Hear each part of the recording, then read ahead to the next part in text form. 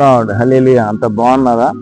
రండి, నేటి వాక్య ధ్యానాంశాన్ని మనం ధ్యానించుకుందాం. ద్రాక్షవల్లి స్వరం వాక్య ధ్యానాలు వింటున్న మీ అందరినీ నా దేవుడు దీవించిన గాక.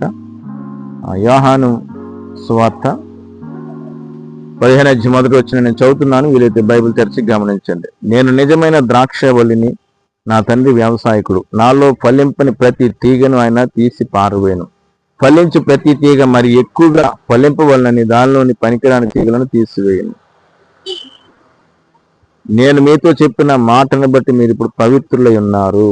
నా యందు నిలిచి ఉండి, మీ యందు నేను నిలిచి ఉండును. తీగ ద్రాక్షవల్లిలో నిలిచి ఉంటేనే గాని తనంతట తానే ఎలాగూ ఫలింపదు, అలాగే నా యందు నిలిచి ఉంటేనే కానీ మీరును ఫలింపరు.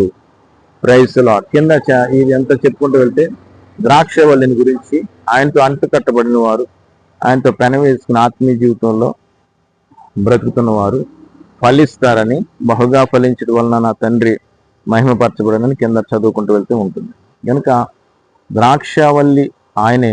ఆయనతో మనం అంటు కట్టబడితే తీగలుగా ఉండి మనం ఫలిస్తాం.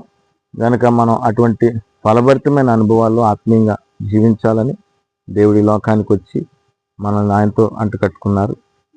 ఆయనతో అంటు కట్టబడిన మనం వాక్యములో, ప్రార్థనలో, ఆత్మ సంబంధమైన అనుభవాలు నడిపించకూడదు. నా దేవుడు ఆ విధంగా దీవించి ఆశీర్వదించినగా. ఆమేన్.